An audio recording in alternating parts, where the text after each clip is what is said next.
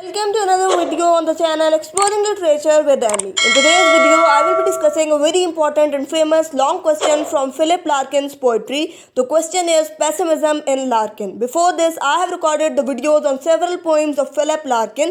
For those videos, go and check the playlist Modern Poetry on my channel. So let's get started. सबसे पहले हम कुछ points देख लेते हैं जो कि हम डिस्कस करेंगे इस क्वेश्चन में. Keep those points in your mind and it will help you attempting the long question in your exam. जी, तो पॉइंट्स क्या हैं उनको देखते हैं.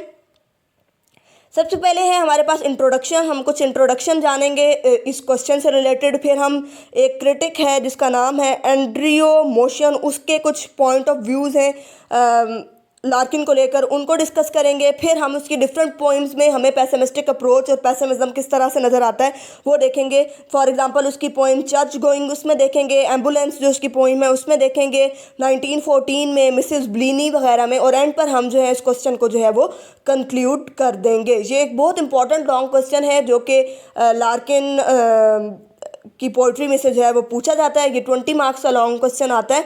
ठीक है, जो एमए इंग्लिश के स्टूडेंट्स हैं उनके लिए और बीएस इंग्लिश के स्टूडेंट्स के लिए ये 16 मार्क्स का लॉन्ग क्वेश्चन जो है ये आता है. ठीक है, तो जो मटेरियल मैं आपके साथ शेयर कर रही हूँ that is enough for both of the question. 16 marks के क्वेश्चन के लिए भी वो एनफ है और 20 मार्क्स का जो क्वेश्चन है उसके लिए भी वो एनफ है. ठीक है, इसके अंदर कोटेशंस वगैरह भी मैं आपके साथ डिस्कस करूंगी और डिफरेंट रेफरेंसेस भी आपके साथ डिस्कस करूंगी. तो आपका जो एक फुल फ्लैश लॉन्ग क्वेश्चन है वो आज हम जो है वो डिस्कस करने जा रहे हैं. क्वेश्चन जो है वो इन डिटेल डिस्कस होगा तो वीडियो थोड़ी सी लंबी हो सकती है लेकिन it will help you a lot. तो आइए क्वेश्चन को देखते हैं. जी, पेसिमिज्म इन लार्किन. क्वेश्चन है discuss the elements of pessimism in Larkin. एक ये क्वेश्चन है. उसके अलावा ये भी क्वेश्चन आ सकता है what is the approach of Larkin towards life, और explain it with the references from the text. ठीक है, उसके अलावा आपका ये आ सकता है कि is the approach of Larkin pessimistic और इट्स ऑप्टिमिस्टिक. ठीक है, तो या फिर write a note on Larkin as a pessimistic poet. ठीक है, इस तरह से डिफरेंट जो क्वेश्चंस हैं वो आ सकते हैं. स्टेटमेंट चेंज हो सकती है, क्वेश्चन का मटेरियल जो है वो ही रहेगा. तो अभी हम क्वेश्चन को देख लेते हैं, word by word line by line समझने की कोशिश करते हैं. ठीक है, the majority of poems written by Larkin reflect his disappointment and dismay about life. ठीक है, जितनी भी पोइम्स फिलिप लार्किन ने लिखी हैं उनमें जो मेजॉरिटी ऑफ पोइम्स हैं, पोइम्स जो उसने लिखी हैं उनमें अक्सरियत पोइम्स जो हैं वो हमें उसकी जो अप्रोच है, ऑप्टिमिस्टिक पेसिमिस्टिक अप्रोच है, वो हमें उसके बारे में बताती हैं. जैसे आपको जो है लाइफ से जो है वो डिसअपॉइंटमेंट, नाउमीदी है, डिसमे है, होपलेसनेस है, वो सब कुछ जो है उसकी उन पोइम्स के अंदर जो है वो हमें नज़र आता है. यानी वो ज़िंदगी से मायूस है, ना उम्मीद है, उसको कोई उम्मीद नज़र नहीं आती ज़िंदगी में. ठीक है, नेक्स्ट हमारे पास है the 1950s were a time when the general attitude of the people and the writers was anti-romantic, anti-heroic and pessimistic. अब 1950s मतलब जिस वक्त हमारा जो पोइट है फिलिप लार्किन वो पोइट्री लिख रहा था और जो उसका एरा है, जो उसका टाइम पीरियड है, जो उसकी एज है वो 1950s है. अब वो जो 1950s है वो एक ऐसा टाइम था जब लोग जो थे वो एंटी रोमांटिक थे, यानी उनके अंदर रोमानियत जो है वो मौजूद नहीं थी, एंटी हीरोइक थे. ठीक है, कोई उनमें जो है एक वो जो पावर वाली चीज़ है या अपने आप को बहुत अच्छा से तरीके से एक्सप्रेस करना है वो नहीं था, कोई हीरोइज्म नहीं था, एंटी हीरोइक थे और पेसिमिस्टिक थे. अब पेसिमिज्म बेसिकली होता क्या है, सबसे पहले तो मैं आपको ये बता दूं. दो तरह की अप्रोचेज होती हैं, एक होती है ऑप्टिमिस्टिक अप्रोच और एक होती है पेसिमिस्टिक अप्रोच. एक चीज़ होती है ऑप्टिमिज्म और एक चीज़ होती है pessimism. Optimism is something related to hope. ठीक है, और pessimism is something related to dismay, something related to hopelessness, something related to disappointment. यानी आपकी जो एक उम्मीद वाली पुरुमीद जो आपकी अप्रोच होती है ना, पॉजिटिव अप्रोच टुवर्ड्स लाइफ, उसको आप कहोगे ऑप्टिमिस्टिक अप्रोच. और आपकी जो नेगेटिव अप्रोच है टुवर्ड्स लाइफ, ठीक है, उसको आप बेसिकली जो है वो पेसिमिस्टिक अप्रोच कहोगे. पेसिमिस्टिक बेसिकली क्या होता है कि मायूस जो शख्स होगा ना उसको पेसिमिस्टिक पर्सन कहेंगे, और ऑप्टिमिस्टिक एक ऐसा शख्स है जो हर चीज़ में पॉजिटिविटी जो है उसको ढूंढता है. ठीक है, और पेसिमिस्टिक जो है वो आमतौर पर क्या होता है कि पॉजिटिव में भी वो नेगेटिव ढूंढ रहा होता है, और जो ऑप्टिमिस्टिक होता है ना वो नेगेटिव में से भी कोई ना कोई पॉजिटिव पॉइंट जो है वो निकाल कर खुद को जो है वो सेटिस्फाई कर लेता है। ठीक है, अब क्या है कि वो जो टाइम था उस टाइम में ऐसे लोग थे जो राइटर्स थे वो एंटी रोमांटिक थे, उनमें रोमानियत नहीं पाई जाती थी। ठीक है, उसके अलावा वो पेसिमिस्टिक थे, उनमें जो है वो बहुत ज़्यादा जो है मायूसी जो है वो पाई जाती थी। अब उसकी वजह क्या थी? उसकी वजह ये थी कि वर्ल्ड वॉर 2 की वजह से जो नुकसानात हुए, उन नुकसानात ने उन सब राइटर्स को जो है वो पेसिमिस्टिक बना दिया, उनके अंदर से जो उम्मीद है उसको जो है वो ख़त्म कर दिया। वर्ल्ड वॉर 2 हुई और वर्ल्ड वॉर 2 के जो डैमेजेस कॉज हुए उस सब ने उनके ऊपर बहुत ज़्यादा जो है इन्फ्लुएंस किया, उनको अफेक्ट किया। ठीक है, जिसकी वजह से वो सब जो है पेसिमिस्टिक जो है वो बन गए। ठीक है, उसके अलावा क्या है हमारे पास कि देयर वॉज डिसचेंटमेंट, ठीक है, disenchantment among the common people as well as among the writers and artist. ठीक है, डिसचेंटमेंट का क्या मतलब है? डिसचेंटमेंट का मतलब है मायूसी। ठीक है, अब क्या है कि जितने भी आम लोग थे, आम जनता जो थी, जो आम लोग थे, कॉमन मैन थे, ठीक है, ले मैन थे, उन सब के अंदर भी जो है वो एक नाउमीदी मौजूद थी उस एरा में। क्यों? क्योंकि वर्ल्ड वॉर 2 के बाद जो इफ़ेक्ट्स हुए, जो डैमेजेस कॉज हुए, उसकी वजह से वो सब जो है वो मायूस हो गए, उनमें डिसचेंटमेंट जो है वो पाई जाती थी। उसके अलावा उस टाइम के जो राइटर्स और आर्टिस्ट थे वो भी इसी तरह से थे, क्योंकि जो कुछ भी सोसाइटी के अंदर हो रहा होता है उसका डायरेक्ट इन्फ्लुएंस होता है आपके जो आर्टिस्ट होता है, आपका जो राइटर होता है, पोइट होता है, ड्रामेटिस्ट होता है, किसी भी किस्म का आपका जो आर्टिस्ट है वो तो बहुत ज़्यादा सेंसिटिव होता है। ज़ाहिर है पोइट्स जो है वो सेंसिटिव होते हैं, तो वो जो है उनके ऊपर उल्टा ज़्यादा इफेक्ट होता है आम जो इंसान होते हैं उनकी निस्बत। तो उस वक्त के जो इंसान थे, तमाम के तमाम जो कॉमन पीपल थे वो भी, और जो राइटर्स और आर्टिस्ट वगैरह थे वो भी, वो सब जो है वो मायूसी का शिकार थे। ठीक है, नेक्स्ट हमारे पास क्या है कि a writer like Larkin found himself in pathetic situation and not as hero capable of rising above his circumstances.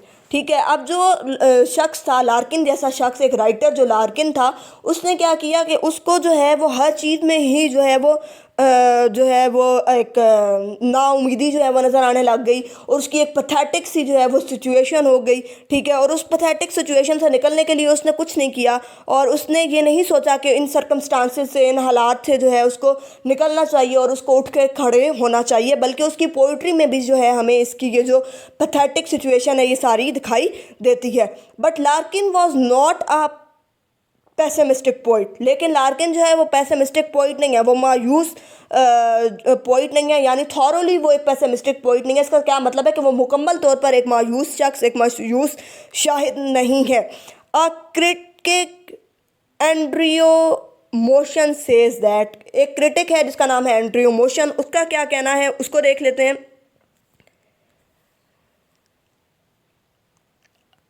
वो कहता है Larkin has often been regarded as a hopeless inflexible pessimist. ठीक है, उसका क्या कहना है कि लार्किन को आमतौर पर रिगार्ड किया जाता है, समझा जाता है, क्या समझा जाता है? एक होपलेस, ठीक है, एक मायूस शख्स और एक नाउमीद शख्स। ठीक है, इनफ्लेक्सिबल का क्या मतलब है? जिसके अंदर कोई फ्लेक्सिबिलिटी नहीं है, जो हालात के मुताबिक खुद को मोल्ड नहीं कर सकता। जो चीज़ फ्लेक्सिबल होती है उसको हम मोल्ड कर सकते हैं, लेकिन जो इनफ्लेक्सिबल होता है वो बिल्कुल रिजिड होता है, वो अपनी रवायात से, अपने हालात से जो है वो जुड़ा रहता है, तो वो भी एक इनफ्लेक्सिबल पेसिमिस्टिक है। ठीक है, वो जो है वो एक होपलेस शख्स है, एक इनफ्लेक्सिबल पेसिमिस्ट है। ठीक है, ये एक कोटेशन है, इसको आप वर्ड बाय वर्ड याद कीजिएगा और कोट कीजिएगा। इंशाल्लाह जो है आपका क्वेश्चन जो है वो बहुत अच्छी कोटेशन के तौर पर जो है वो सामने आएगा एग्जामिनर के। ठीक है, नेक्स्ट हमारे पास क्या है, एक और क्रिटिक ने उसके बारे में क्या कहा? A saddest heart in the post war supermarket. वो कहते हैं कि वो जो है वो सैडेस्ट हार्ट है। सैडेस्ट हार्ट का क्या मतलब है कि बहुत ज़्यादा जो उदास दिल का मालिक शख्स है वो कौन है? लार्किन।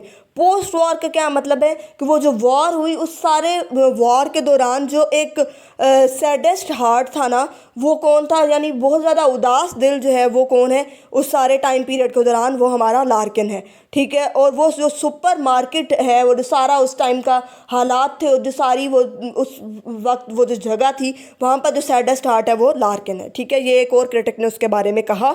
ठीक है, after a deep reading of Larkin's poems, जब हम लार्किन की पोइम्स को गहराई से उनका मुताला करते हैं, देयर इज़ नो डाउट, कोई शक बाकी नहीं रह जाता अबाउट हिज पेसिमिस्टिक अप्रोच। हमारे जो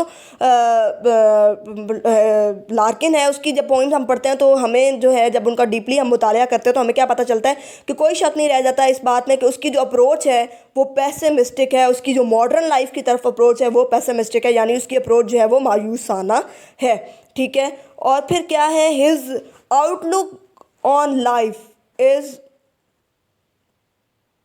ब्लैक एंड ग्लूमी। उसकी जो आउटलुक है, उसका जो थॉट प्रोसेस वो सारा ग्लूमी है। ग्लूमी क्या होता है, कोई ऐसी चीज़ जिसमें मायूसी पाई जाए, कोई ऐसी चीज़ जिसमें नेगेटिविटी मौजूद हो। ठीक है, he denies that he is not pessimistic and his intention towards poem is never negative because he believes that.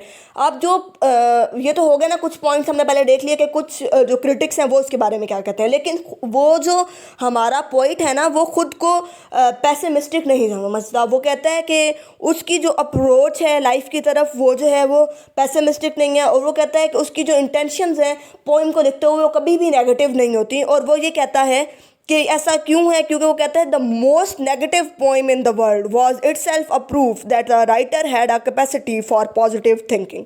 वो कहता है कि इस दुनिया में जो सबसे ज़्यादा मनफी लिखी गई नज़म थी ना, उसमें भी वो जो है ना उसमें भी इस वो खुद वो जो पोइम नेगेटिव लिखी गई पोइम है वो खुद इस बात का जो है वो सबूत है कि जो एक राइटर है उसमें इस बात की जो है वो कैपेसिटी और सलाहियत जो है वो मौजूद होती है कि वो जो है वो पॉजिटिवली चीज़ों को जो है वो सोच सके। तो वो कहता है कि मैं किस तरह से फिर पेसिमिस्ट हो गया। जो नेगेटिव तरीन पोइम है उसमें भी ये बात मौजूद है कि जो राइटर है या जो आपके पास पोइट है उसके अंदर जो है वो चीज़ों को पॉजिटिवली लेने की और पॉजिटिवली एक्सप्रेस करने की सलाहियत मौजूद है। तो मैं तो फिर पेसिमिस्टिक कहीं से भी नहीं हूँ अगर नेगेटिव पोइम के अंदर ही ये बात हमें जो है वो सबूत के तौर पर मिल रही है। ठीक है, नेक्स्ट हमारे पास क्या है कि in his points the man seems to be a helpless victim of circumstances. उसकी पॉइंट में हमें क्या नज़र आता है कि जो भी इंसान मौजूद है उसकी पॉइंट्स के अंदर वो जो है बेसिकली वो एक हेल्पलेस विक्टिम है, यानी एक ऐसा शख्स जिसकी मदद के लिए कोई नहीं आ रहा और उसको कोई होप नहीं है, और वो एक शिकारी है किस चीज़ का, सर्कमस्टांसेस का, यानी वो हालात का शिकार, हालात का मारा हुआ जो है वो शख्स है। ठीक है, और सर्कमस्टांसेस का मारा हुआ, हालात का मारा हुआ, सोशल कंडीशंस और एनवायरनमेंट का मारा हुआ, यानी जो भी माशरती हालात चल रहे हैं उन सब से जो है वो बेचारा जो है वो बड़ा बुरी तरह से जो है वो इन्फ्लुएंस हो रहा है। ठीक है, नेक्स्ट हमारे पास क्या है कि he was an agnostic that's why he did not believe in the comfort which the feeling of faith in good provide. अब वो एक एग्नोस्टिक था फिलिप लार्किन, इसलिए वो जो है वो उन चीज़ों पर बिलीव नहीं करता था, उन फीलिंग्स पर बिलीव नहीं करता था जो आपका, अगर आपके गुड के ऊपर आपका फेथ है, आपका अच्छाई पर यकीन है, तो वो जो कंफर्ट आपको मिलता है ना अच्छाई पर यकीन के साथ, वो उसको कभी भी नहीं मिला क्योंकि वो उस पर बिलीव ही नहीं करता था। ठीक है, being a representative poet of the movement poetry he always talks about the stark, harsh and stern realities of life. अब वो जो है वो एक मूवमेंट पोइट्री का जो है वो ना वो पोइट है। ठीक है, रिप्रेजेंट करता है किस चीज़ को, रिप्रेजेंटेटिव पोइट है किस चीज़ का जी, मूवमेंट पोइट्री का। इसलिए वो हमेशा बात करता है एक आपके पास जो है ना स्टार्क का मतलब होता है मजबूत। ठीक है, हार्श का मतलब है सख्त, और स्टेम का मतलब है जो हार्श रियलिटीज़ हैं वो। ठीक है, तो उन सब जो रियलिटीज़ हैं लाइफ की उनके बारे में, जो सख्त रियलिटीज़ हैं उनके बारे में जो है वो बात करता है, और वो कहता है कि जो ही बिलीव्स दैट, वो इस बात पर यकीन रखता है that man is not an, कि इंसान जो है वो नहीं है, क्या नहीं है,